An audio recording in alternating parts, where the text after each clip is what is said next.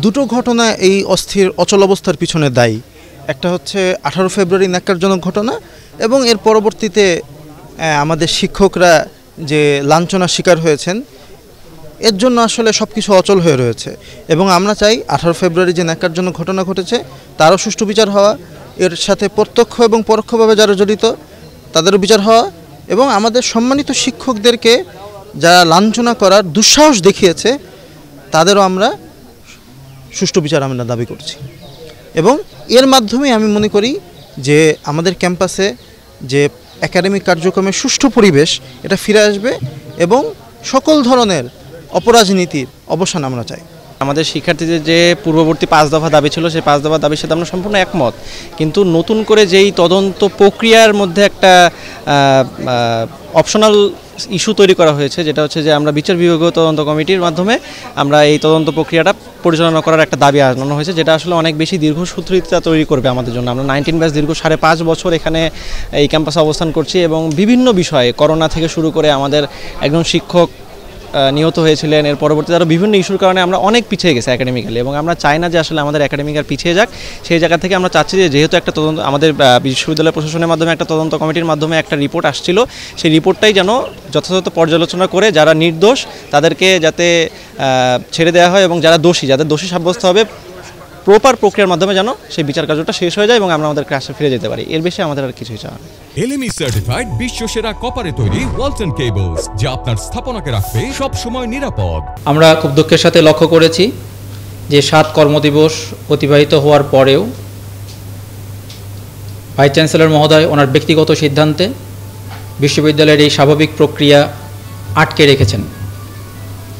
এমতাবস্থায় আমরা 18/5/2025 তারিখে আবারও সাধারণ সভা করে আমাদের যে একাডেমিক কার্যক্রম এবং প্রশাসনিক কার্যক্রম থেকে বিরত থাকার পাশাপাশি আমরা অবস্থান কর্মসূচি নিয়েছিলাম।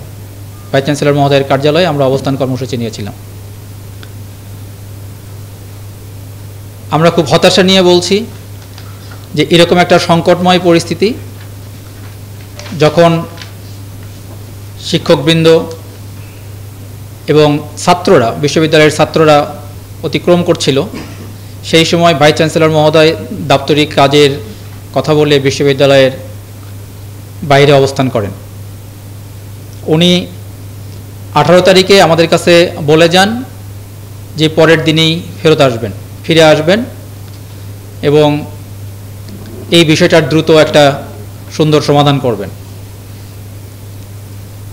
আমরা পরবর্তীতে লক্ষ্য করেছি যে 19 তারিখে উনি শিক্ষক সমিতির কাছে এক্সিকিউটিভ বডি যখন আমরা কথা বলেছিলাম তখন বলেছিলেন যে উনি ঢাকায় যাবেন এবং পরদিনই ফিরে আসবেন, এসে এটার একটা সুন্দর সমাধান করবেন। কিন্তু আমরা পরবর্তীতে লক্ষ্য করছি যে উনি আসলে এখন পর্যন্ত বিশ্ববিদ্যালয়ে ফিরে আসেননি, এবং আমাদের পরবর্তী দিন আজকে 3য় দিনের মতো অবস্থান কর্মসূচি ছিল। উনি এই বিষয়ে কোনো কর্ণপাত করেননি। এমনকি ভাইস চ্যান্সেলর মহোদয় যে দাপ্তরিক কাজে বিশ্ববিদ্যালয়ের বাইরে গিয়েছেন এমন কোনো অফিসিয়াল নোটিশ আমাদেরকে দেওয়া হয়নি।